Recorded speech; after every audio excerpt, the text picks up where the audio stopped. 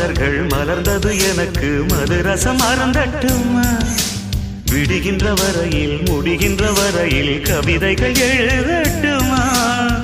முத்தம் என்ற கடலில் முத்து குளிப்போமா